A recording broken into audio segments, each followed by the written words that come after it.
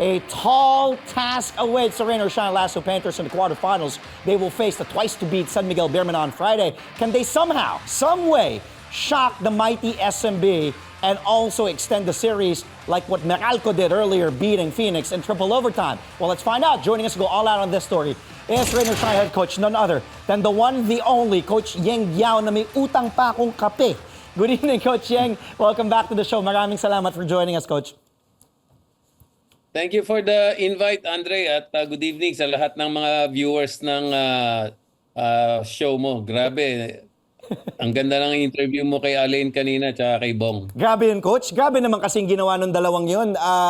Bong Quinto with that step back, that 3 in triple overtime. Chris Newsome with the shot in end of regulation to send it to OT. And then si Alain Maliksi, he's a veteran in this league, a champion himself. So he knows what it takes. Grabe.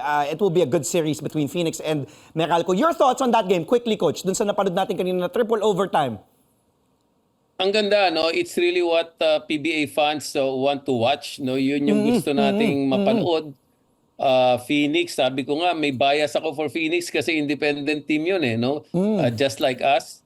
Pero akala ko kanina tapos na. I thought Meralco was really going into an early vacation. Ang ganda pa naman ng nilaro ng Meralco sa elimination. So may konting panghihinayang din. But at the same time, nakita ko nakabalik sila. No, it's really the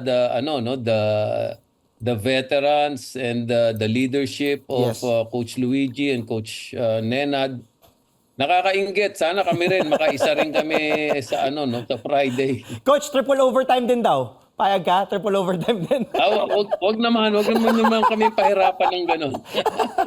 Grabe yung game kanina. Yung overtime pwede na, basta kami manalo, okay lang. Tama. Well, Coach, congratulations. Playoffs again, quarterfinals. Mahaba-haba pa yung pagdadaanan, pero at least, di ba, you are in the playoffs. Pag-usapan muna natin yung elimination round. Dahil nagsimula kayo, Coach, you were at one point being counted out already na, naku, mukhang wala rain or shine in this. Di ba, Coach? Ang dami pumasok yung mga hater, mga basher na, naku, wala na tong rain or shine, 0-5. Pero nakuha nyo naman yung sunod na 6 na panalo. Then you were the hottest team in the PBA all of a sudden. How were you able to turn things around? May panahon ba, Coach, na kahit ikaw nag-alangan ka na, sige, bigyan na natin tong conference na to, next conference na lang tayo. O hindi, talagang all along, alam mong kaya natin balik na rin tong sitwasyon? I would be lying, no, pag sinabi kong hindi ako nasiraan ng loob. No? Nasiraan din ako ng loob. 0-5 kahit sino siguro magdududa na. No? I was really looking forward to the future. Kasi hindi naman yung locals ang tingin ko ang problema namin eh, no. Hindi lang kami makagel ng maganda dun sa import namin. He was not a bad import, but alam mo sa import kailangan mag-fit in talaga yung import dun sa style nyo, sistema nyo, sa personalities ng mga players. So I wasn't really putting any blame on my locals, not even on the import. Talagang na-tsempo lang na hindi namin nakuha yung style of play ng import na kailangan namin. But when Treadwell came in, it took one game, no? Natalo kami dun sa first game na pumasok siya, yung San Miguel game, no? Yung eksaktong San Miguel game kalaban namin sa Friday. But he was only able to practice 2 times before that game. So ang laking adjustment pa rin sa kanya. Hindi rin nakalaro si Keith Datu, hindi rin nakalaro sa amin. So we're very hopeful that we're going to be healthy and complete sa Friday. Tingin ko may laban naman, no? We want to be able to play with the big boys eh. Gusto namin makalaban yung mga matitigas talaga dito sa liga para masubukan din namin kung pwede na kami. Coach, yun nga, big game talaga tong Friday. Pero tama naman yung sabi mo eh. You know, if you wanna beat the best, you have to beat the best, 'di ba? Kailangan mo pagdaanan talaga 'yan. Dahil kung hindi naman San Miguel, Ginebra, makakatapat, or Magnolia, 'di ba? It's kumbaga, pick your poison ang nangyari. Pero what are your thoughts on how San Miguel performed this conference? Because I was talking to Juan Banal yesterday. Sabi niya nga naramdaman ba nating wala si Junmar Fajardo na, di ba, kahit wala si Junmar, they were still playing well. They were hampered by injuries. kina Simon, kina Vic Manuel, even Jeron Teng went down, but Terence Romeo was playing a great conference. Their new import, Benny Boatwright, scoring 51 points. Your thoughts on San Miguel this conference, Coach Yang? They're really playing well. Ang San Miguel kasi, no, alam naman natin, they never lack yung talent, no.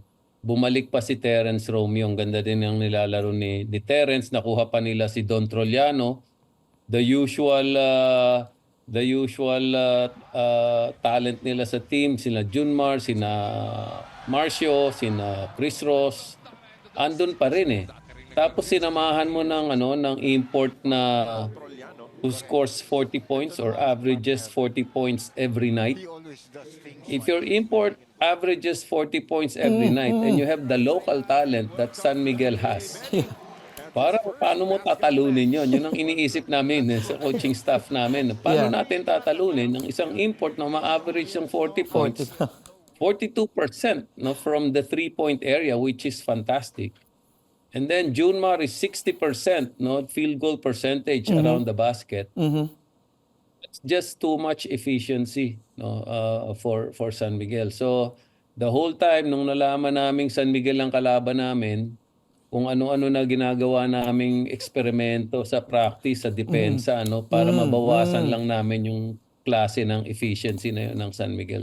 Ang galing nila actually, sabi mo may win streak kami. Meron din silang win streak eh. So pagdating ng Friday, let's see whose win streak is going to be broken. Well, Coach, sabi mo yung efficiency. Ito si Benny Botra, tinitingnan ko. Tama, 51%, almost 52% from the field, 43% from 3 in 3 games played. Junmar, 59.6% from the field in 5 games played, double-double, 17 and 11 averages niya. Then you have CJ Perez, 16.7 rebounds a game. Terence Romeo, 15 points a game in 7 games. Don Trollano, dati mong player, 15 points, also fitting in well here with San Miguel. Coach, we're already expecting itong si Demetrius Treadwell, who's averaging close to 20 points a game, 18 rebounds a game, close to 6 rebounds, and 60% from the field in 7 games played. Pero sino yung, alam natin, given yan eh, di ba? It's an import-laden conference. So Treadwell will get his numbers, his rebounds, his points.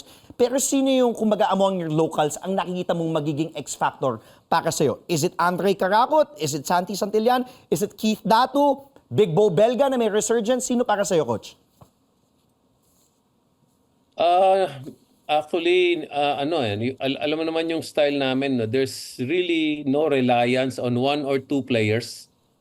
We want to be able to have guys have the chance to score double figures. Kung makakascore yung 4, 5, 6 na player namin in double figures, that's really the time na nananalo kami. Yes. No, pagka nabalanse namin yung opensa. Yes. Every game namin na ipapanalo, iba yung best player namin. No? Hindi lang isang player ang parating best player. No?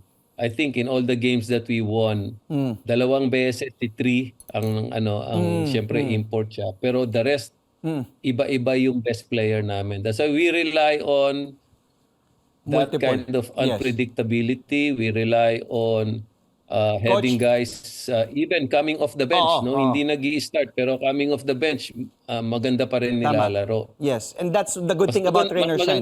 Mas maganda yun. Medyo mahirap kaming basahin. Unpredictable. Coach, sorry I have to cut you dahil susobra tayo sa oras. Pero just give me a number. Out of 10, how confident are you that you can beat San Miguel and force a twice to beat? Out of 10? Nasa 6 siguro, 6. Usap tayo ulit after your game. Coach, Coffee, thank you so much for your time. Mabuhay ka. Good luck against San Miguel this Friday. Again, that was Rainer Shine, Lasso Painters head coach, one and only, Coach Yang Giao. Maraming salamat.